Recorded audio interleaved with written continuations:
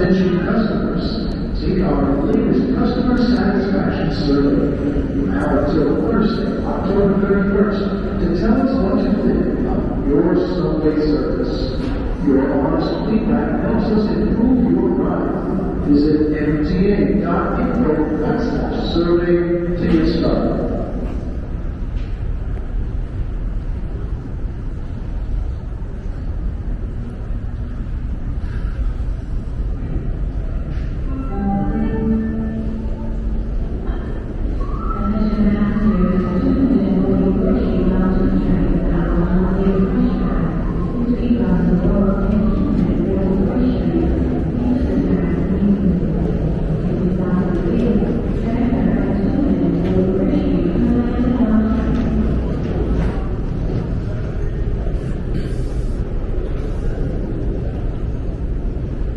There is a Downtown Express 3 train to New Lots Avenue approaching the station. Please stay away from the top of the bridge.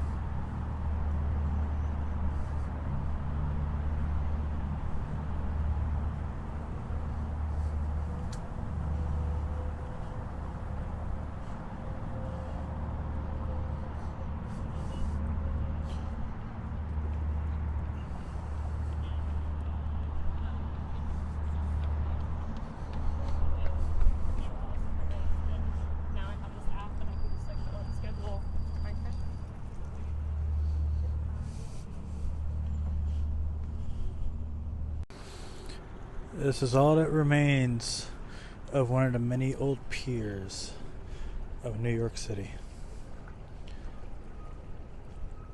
A city that used to be flooded with ships full of immigrants.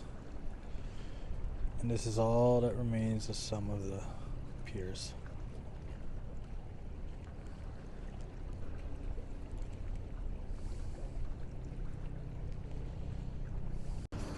I'm walking all the way down along the piers of the Hudson River to the famous Pier 54 all the way down there, which is now sadly a driving range. And of course Pier 54 is famous because that pier is where the Titanic was supposed to dock if it ever made it to New York City.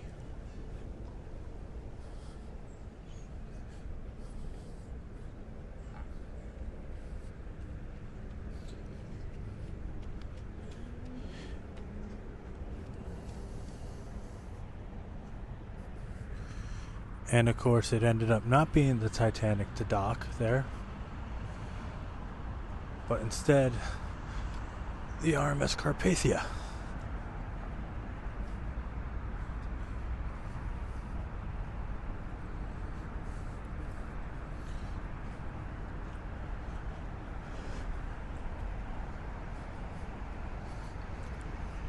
And I really feel like the rumor should be put to rest, because bruises may, was not a villain, even though all the movies about the Titanic portrayed him to be one.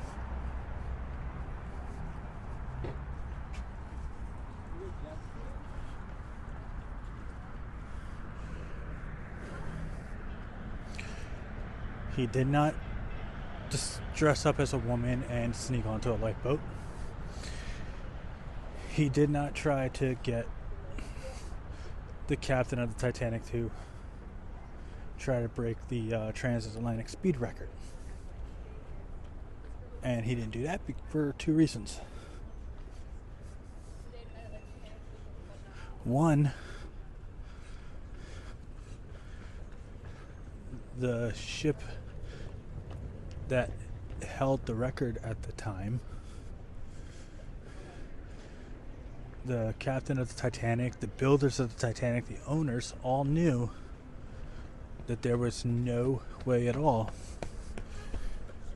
that the Titanic would beat that speed record time, because the Titanic was not built for speed, it was built for luxury. That's why they compared the third class accommodations to second class and even first class on other vessels.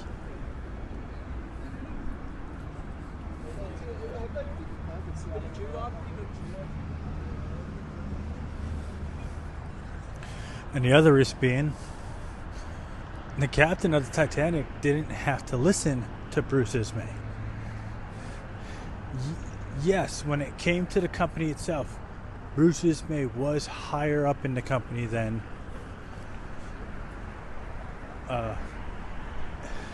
Edward Smith was.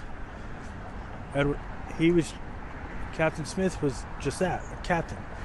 He was the captain that the White Star Line went to for every single maiden voyage of any ships that they built. And the other reason is that Captain Smith wouldn't have to take any orders from Bruce Ismay on board the ship. When it comes to ships at that time, the captain's word was law. What the captain says goes.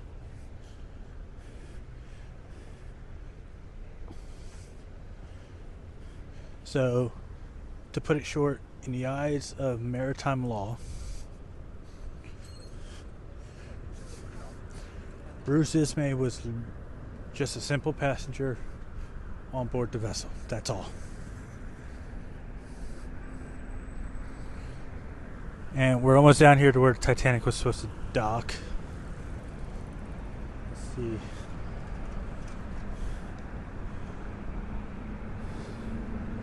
Let's see if I can find a good spot.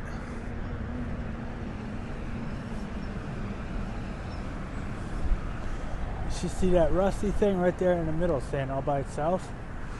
That was on the front of the building. That's all that's left of the building that was there.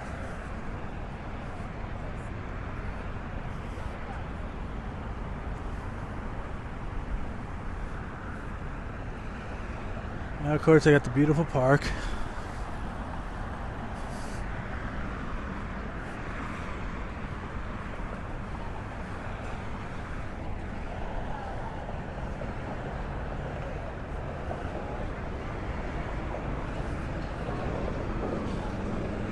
It's amazing, though,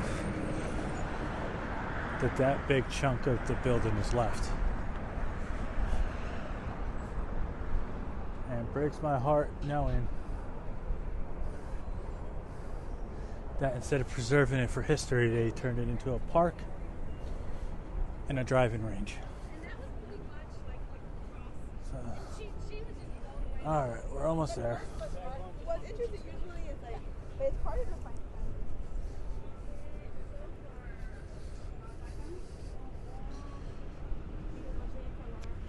I've been walking along the river for almost half an hour now. And that's fun because I have to turn around and go right back that way to go to the 80 block of Broadway to find Trinity Church, which is where Alexander Hamilton is laid to rest. So let's see. In some pictures you can still read out the name. Let's see if that's true.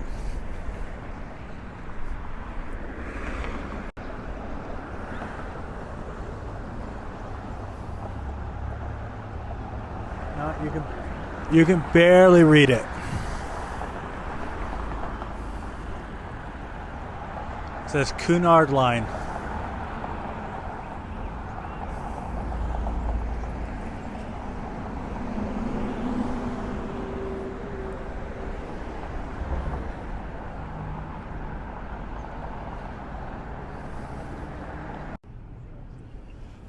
Oh, I'm sorry, I was wrong. It actually says Cunard on the left side, and then faintly going across it says White Star, as in the White Star Line. Laid to rest in that churchyard. He's probably one of the greatest secretaries of the Department of the Treasury that the United States has ever had, Mr. Alexander Hamilton.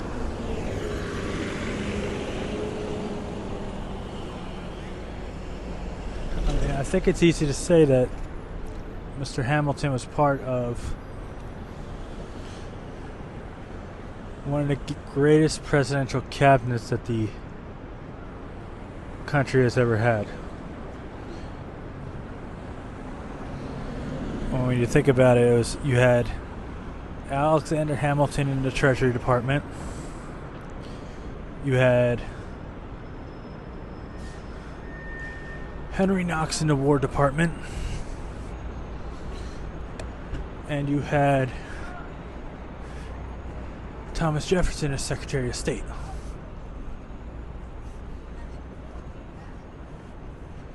I mean, you really don't get better than those three men right there. And I'll go into the cemetery in a little bit, show you, but here's one side of his grave marker.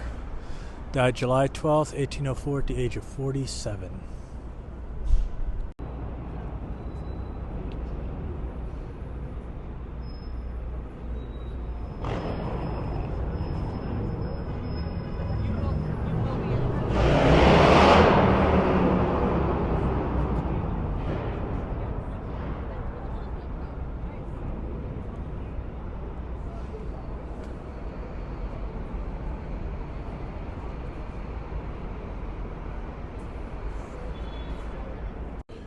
There's another view of the Stock Exchange building. That is some seriously beautiful works of architecture.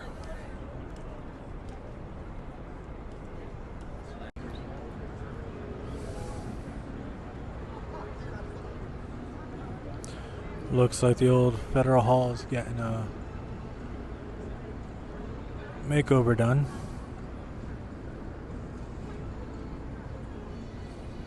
And we turn, and we got the New York Stock Exchange.